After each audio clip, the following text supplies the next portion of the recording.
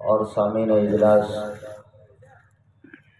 شام ڈھل رہی ہے، وقت عصر کا قریب آنے کو ہے۔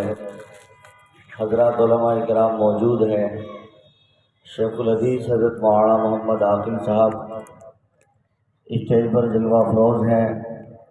میرے کارواں حضرت مولانا محمد عبداللہ صاحب مویسی تشریف لایا چاہتے ہیں۔ کچھ ہی لمحوں میں آپ حضرات کے روبرو ہوں گے۔ ایسے موقع پر دو چند باتیں یہ عاجز عرض کیے دیتا ہے۔ الوقت هو الحیات، کسی نے کہا کہ وقت ہی زندگی ہے۔ واقعی وقت ہے۔ ابو عامر تابعی رحمۃ اللہ علیہ، ان سے کسی نے وقت مانگا کہ حضرت کچھ وقت ملاقات اور بات کرنا چاہتا ہوں۔ حضرت نے پہلے اپنی گھڑی کی طرف دیکھا، پھر سورج کو تکا اور فرمایا میرے پاس بات کرنے کا وقت نہیں ہے۔ کہ حضرت دو چند منٹ مجھے بات کرنی ہے، بہت لمبی چوڑی بات نہیں کہنی ہے۔ کہا اگر اتنی طاقت آپ میں ہو کہ آپ ڈھلتے سورج کو روک سکیں تو آپ اس کو روک لیں، پھر میں آپ سے بات چیت کے لیے تیار ہوں۔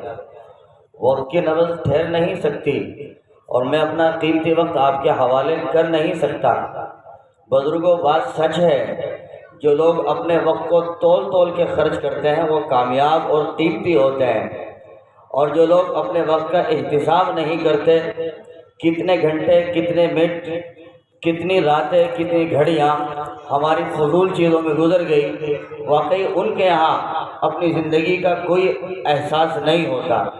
زندگی غفلتوں کے حوالے ہو جاتی ہے اور آدمی بدعمالی کا شکار رہتا ہے، اور دھیرے دھیرے موت اس کے قریب آ جاتی ہے۔ نتیجہ ایک دن جہان چھوڑنا پڑتا ہے اور آخرت کی منزل پہ چلنا ہوتا ہے۔ تو وقت ایسی عجیب شے ہے، وقت رکتا نہیں، ٹھہرتا نہیں، آیا ہے تو چلا جاتا ہے۔ اس لیے اکابر نے فرمایا کہ انسان اور اس کی زندگی کا جو معاملہ ہے وہ تو ایسے جیسے کوئی برف کی سل، کوئی آدمی برف خرید کے لائے اور اسے اپنی ٹھیلی میں سجائے، پھر 2-3 گھنٹے کے لیے بات چیت میں لگ جائے، یہ موبائل فون دیکھنے میں مصروف ہو جائے، اور 2-3 گھنٹے کے بعد اب وہ سوچے کہ میں اپنے برف کو تلاش کروں، برف کہاں ہے، تو آدمی اپنی ٹھیلی کو دیکھے گا، برف کو نہیں پائے گا۔ دائیں بائیں پوچھ بھائی برف کہاں گیا؟ کہ برف اب کہاں؟ تو ٹھیلی کے نیچے تلاش کریں آپ۔ چنانچہ ٹھیلی کے نیچے جھانک کے دیکھیں گے تو پانی ملے گا، لیکن اگر سورج چڑھتا ہو اور تپش ہو تو پھر وہ پانی کو بھی تلاش کرنا چاہے، اسے وہ پانی بھی تلاشنے سے نہیں مل سکتا۔ یہی حال میری آپ کی زندگی کا ہے۔ میں اور آپ اگر اپنی زندگی سے نفع نہ اٹھائیں، اسے کام میں نہ لائیں اور اس میں اعمال نہ کریں، یہ وقت کٹ جائے گا، گزر جائے گا، انسان پھر افسوس ہی کرتا رہے گا۔ بالکل اسی طرح جیسے برف والے کا معاملہ ہے، ہوشیار آدمی وہ برف لے کے آتا ہے، پھر میٹھی میٹھی آواز لگاتا ہے، اے لوگو ترس کھاؤ میرے اوپر، میں نے اپنا قیمتی سرمایہ اس برف میں کھپا دیا ہے، اے لوگو اگر آپ نہیں لیں گے میرا قیمتی سرمایہ گھل جائے گا، پگھل جائے گا۔ میں تو پہلے غریب اور مقروض آدمی ہوں، یہ 200-400 روپے قرض پہ میں نے لیے تھے، اور پھر یہاں سے سفر کر کے کیرانہ جا کے برف خانے سے برف لے کے آیا تھا۔ اگر آپ نہیں خریدیں گے یہ میرا سرمایہ گھل جائے گا اور کرائے کا پیسہ میرے اوپر مزید چڑھے گا اور شام کے وقت میں الجھنوں میں ہوں گا۔ چنانچہ لوگ ترس کھاتے ہیں، 10-20-50-100 روپے میں اس کے برف کو خریدتے ہیں، شام آتے آتے وہ گھلتے برف کو پیسوں کی شکل میں بدلتا ہے، نقدی کی شکل میں بدلتا ہے، بال بچوں میں بیٹھتا ہے، خوشیاں مناتا ہے اور خوش رہتا ہے، خندہ پیشانی سجدے کرتا ہے، الجھن سے دور ہوتا ہے، اس لیے کہ میں نے برف بیچ کر 2 روپے جو حاصل کر لیے، وہ اپنی نقدی کو بدل کے خوش ہے۔ بالکل یہی معاملہ میری آپ کی زندگی اور میرے آپ کے حالات کا ہے۔ اگر میں اور آپ اپنے گھلتے اور پگھلتے وقت کو اعمال میں کنورٹ کر لیں، کسی تلاوت میں بدل لیں، کسی سجدے میں بدل لیں، کسی تسبیح میں بدل لیں، کسی نیک کام کے کرنے اور سننے میں بدل لیں، تو وقت کامیاب اور قیمتی ہو جائے گا۔ لیکن اگر اس وقت کو غفلتوں کے حوالے کر دیا، وقت گزر جائے گا، آپ تلاش کرنا چاہیں پھر نہیں ملے گا۔ آدمی حالات کے زیر و زبر ہوتا ہے، بیماریاں اسے تنگ کرتی ہے، چھوتی ہے، اور پھر کہا پلٹیں، توبہ کریں، رب کے بنے. کہا اب کمر جھکتی نہیں، اب پیر چلتے نہیں، آنکھوں سے مجھے دکھتا نہیں، ٹپتا نہیں، اب خاک سجدے کروں، خاک مسجد کو جاؤں، کیسے جاؤں اور کس طرح بڑھوں، مجھے تو موقع ہی نہیں ہے. آدمی ہائے ہائے کرتا ہے. رہتی زندگی میں علماء اسے سمجھاتے ہیں، خانقاہ کے لوگ انہیں آواز دیتے ہیں، دعوت و تبلیغ کا زمینی سفر کرنے والے لوگ کہتے ہیں اے بھائی توبہ کر، نماز پڑھ، رب کو راضی کر، خدا کو خوش کر، گناہوں سے باز آ. وہ کہتے ہیں کہ کوئی نہیں، آنے والے جمعے سے میں اسٹارٹ ہونے والا ہوں، بس اب کے بعد میری بہت پختہ نیت ہے، میں جماعت میں جاؤں گا، اس کے بعد پھر اپنی زندگی کا نقشہ پلٹوں گا. لیکن بجائے اس کے کہ جمعہ آئے، اگلا دن پلٹتا ہے اور خبریں موصول ہوتی ہیں کہ وہ فلاں صاحب اچانک سے بیمار ہوئے اور ان کا بولنا بند. لوگ قریب آئے، سرچ ہوئی، تحقیقات بڑھی، پتہ لگا ان سے فالج آ گیا ہے، ان کی زبان اٹھتی نہیں ہے، ان کا بدن اٹھتا نہیں ہے. اب گھر کے لوگ کہتے ہیں کہ توبہ کرو، استغفار کرو، نمازیں پڑھو، اللہ اللہ کرو. اب برابر، اس لیے کہ اب سنتا تو ہے مگر اب نہ زبان اٹھتی ہے، نہ ہاتھ اٹھتے ہیں، نہ پیر چلتے ہیں، بس اب پڑا ہے جو کا تو پڑا ہوا ہے. میرے بھائیو، اس وقت کے آنے سے پہلے موت آ دھمکے ہمیں آ پکڑے اور ہم کوئی اعمال نہ کر سکیں، اس سے پہلے مجھے اور آپ کو چاہیے ہم رب کو راضی کریں، مالک کو خوش کریں. اس وقت کے آنے سے پہلے جب کفن کا سادہ سا لٹھا میرے آپ کے جسم پر چڑھے، ہم اس سے پہلے تقوی کا لباس اختیار کریں، تقوی کی راہیں اختیار کریں.